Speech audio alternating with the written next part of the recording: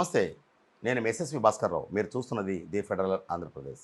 రాష్ట్రంలో టీడీపీ కూటమి పాలన ప్రారంభమై 2 సంవత్సరాలు గడుస్తున్న నేపథ్యంలో ప్రజలకు ప్రోగ్రెస్ రిపోర్ట్ ఇవ్వడానికి ఈ నెల 12వ తేదీ తిరుపతి నగరం దామినేడుకు సమీపంలో భారీ బహిరంగ నిర్వహణకు ఏర్పాట్లు పూర్తయ్యాయి.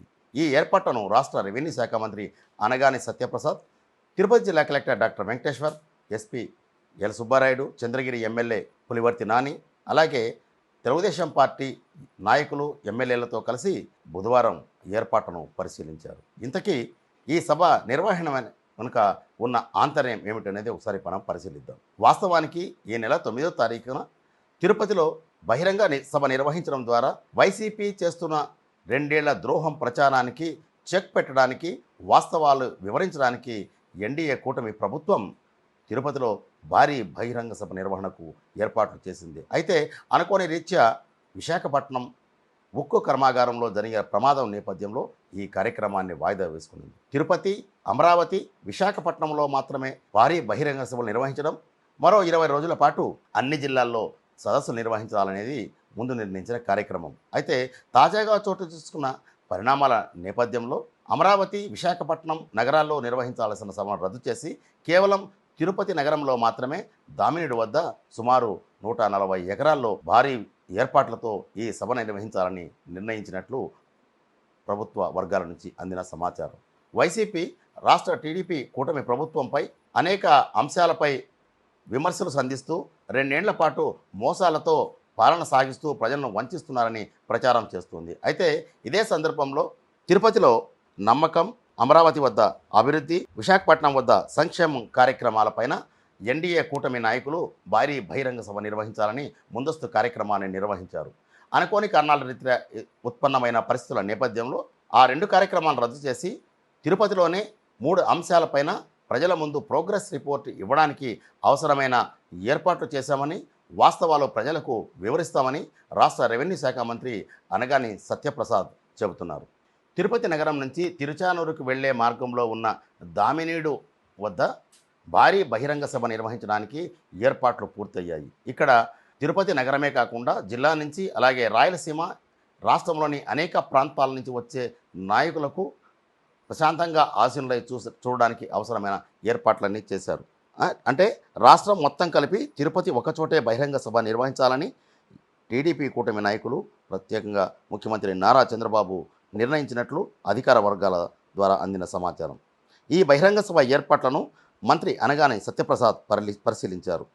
12వ తేదీ జరిగే సభకు ముఖ్యమంత్రి నారా చంద్రబాబుతో పాటు ఉప ముఖ్యమంత్రి పవన్ కళ్యాణ్, బీజేపీ రాష్ట్ర అధ్యక్షుడు మాధవ్ హాజరవుతారని కూడా ఆయన చెప్పారు. ఇక్కడ సుమారు 40 ఎకరాల్లో భారీ బహిరంగ సభ నిర్వహించడానికి ఏర్పాట్లు చేశామని, 50,000 మంది కూర్చొని చూడడానికి అవసరమైన అన్ని ఏర్పాట్లు ఇక్కడ పూర్తయ్యాయని కూడా రెవెన్యూ మంత్రి ప్రకటించారు. రాష్ట్రంలోని ప్రముఖులు కూడా రానున్న నేపథ్యంలో కట్టుదిట్టమైన ఏర్పాట్లు కూడా చేసినట్లు తిరుపతి ఎస్పీ ఎల్ సుబ్బారాయుడు చెప్పారు.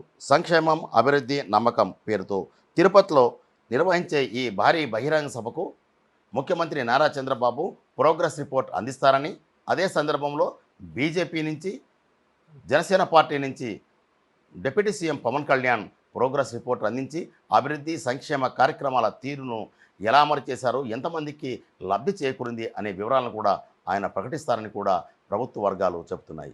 వైసీపీ చేస్తున్న ద్రోహం అనే ప్రచారానికి నిజం చెప్తామంటూ తిరుపతి నగరంలో నిర్వహించే బహిరంగ సభకు రాష్ట్రంలోని ప్రధాన పార్టీల నాయకులతో పాటు కేంద్రంలోని మంత్రులు, ఇతర పార్టీ బాధ్యులు కూడా హాజరయ్యే అవకాశం ఉన్నట్లు సమాచారం అందింది. మంత్రి అనగాని సత్యప్రసాద్ సమాచారం మేరకు రాష్ట్రంలో, అలాగే దేశంలో ఎన్డీఏ కూటమి ప్రభుత్వం ఏర్పడిన సందర్భంగా, అంటే కేబినెట్ మంత్రులు ప్రమాణ స్వీకారం చేసిన జూన్ 12వ తేదీన 3 ప్రాంతాలలో కాకుండా రాష్ట్ర స్థాయిలో తిరుపతి పట్టణంలో మాత్రమే బహిరంగ సభ ఏర్పాటు చేయాలని నిర్ణయించారు. రాష్ట్ర ప్రభుత్వం విధ్వంసం నుంచి వికాసం వైపు ప్రయాణిస్తోందన్నారు. ఎన్డీఏ ప్రభుత్వం ఎన్నికల సందర్భంగా ఇచ్చిన మాటకు కట్టుబడి ప్రజల ఆకాంక్షను నెరవేర్చిన తీరును వివరించడం ప్రధాన లక్ష్యమని రెవెన్యూ శాఖ మంత్రి అనగాని సత్యప్రసాద్ స్పష్టం చేశారు. సూపర్ 6 హామీలు నెరవేర్చడంతో పాటు ఈ 24 నెలలను సూపర్ 24 చేశామన్నారు. ప్రజలపై గౌరవం ఉన్న ముఖ్యమంత్రి నెలకు కనీసం 10 సార్లు ప్రజలతో మమేకమై క్షేత్రస్థాయిలో సమస్యలు తెలుసుకుని సత్వరమే పరిష్కరించే దిశగా పరిపాలన సాగుతోందని కూడా ఆయన చెప్పారు. దేశానికి వచ్చే పెట్టుబడుల్లో 20% పెట్టుబడులు ఆంధ్రప్రదేశ్ రాష్ట్రానికి తీసుకురావడం జరిగిందని, దీనితో రాష్ట్రానికి 23 లక్షల కోట్ల పెట్టుబడులు సాధించగలిగామని ప్రభుత్వం చెబుతోంది. ఉద్యోగ కల్పనలో భాగంగా ఎన్నడూ వినని విధంగా డిఎస్సి నిర్వహించడం, రైతులకు పిఎం కిసాన్, అన్నదాత సుఖీభవ, తల్లులకు తల్లికి వందనం వంటి పథకాలతో నగదు జమ చేయడంలో కూడా ఒక పద్ధతి ప్రకారం క్యాలెండర్ విడుదల చేసి లబ్ధి చేకూరుస్తున్నట్లు కూడా ప్రభుత్వ వర్గాలు చెబుతున్నాయి. ఇదిలా ఉంటే కొన్ని హామీలు ఇచ్చినప్పటికీ వాటిని నెరవేర్చడంలో తీవ్రంగా మోసం చేశారని వైసీపీ చీఫ్ వైఎస్ జగన్తో పాటు ఆయన పార్టీ శ్రేణులు రాష్ట్ర వ్యాప్తంగా గత కొన్ని రోజుల నుంచి తీవ్ర స్థాయిలో నిరసనలు వ్యక్తం చేస్తున్నాయి. రోడ్డుపైకి వచ్చి ఆందోళనలు సాగిస్తున్నాయి. ఈ పరిస్థితిలో వాస్తవాలను ప్రజల ముందుకు ఉంచడానికి టీడీపీ కూటమి ప్రభుత్వం నిజం చెప్తామంటూ ఈ నెల 12వ తేదీ అంటే ఆ రోజుకి టీడీపీ కూటమి ప్రభుత్వం ఏర్పడి 2 సంవత్సరాలు అవుతున్న నేపథ్యంలో వాస్తవాలు వివరించడానికి టీడీపీ కూటమిలోని టీడీపీ అలాగే జనసేన, బీజేపీ నాయకులు ప్రయత్నాలు ప్రారంభించారు. ఆ విషయం 12వ తేదీన వారు ఏం చెప్పబోతున్నారు, ప్రజలకు ఇది ఎంత మేరకు చేరుతుంది, తద్వారా ఎవరి మాట నెగ్గుతుంది, ఎవరి మాట ప్రజలు విశ్వసిస్తారనేది కొన్ని రోజుల్లో తేలే అవకాశం ఉంది. ఇది తిరుపతిలో ఎన్డీఏ కూటమి, ప్రధానంగా టీడీపీ కూటమి ప్లాన్ చేసిన నిజం చెప్తాం సభకు సంబంధించిన కార్యక్రమాలు.